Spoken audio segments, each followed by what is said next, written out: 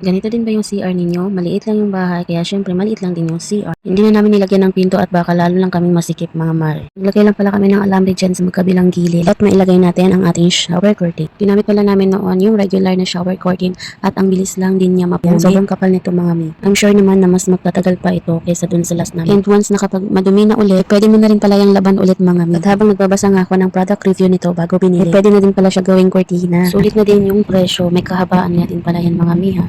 Wala na nga din pala kaming maayos na lagayan ng mga sabon. Alam nyo ba Mina, sa 200 plus na lang pala namin to nabili. Ito nga pala ay adjustable na ang haba at ilalagay lang ito sa may corner ng ating CR at meron na rin po itong 4 layers. O diba, napaka space saver niya at marami-rami na rin tayong mailagay. May sabitan pa yan ng ating mga face towel. Naka V-shape nga pala ito, para lang din siya sa may corner ng ating CR. May kasama pala yung sabitan, hindi ko pa nalagay. Kung gusto nyo rin ito, maglagay ako ng link sa yellow basket or di kaya naman sa ating comment section. So ayun lang naman mga mi, thank you for watching, please like and share.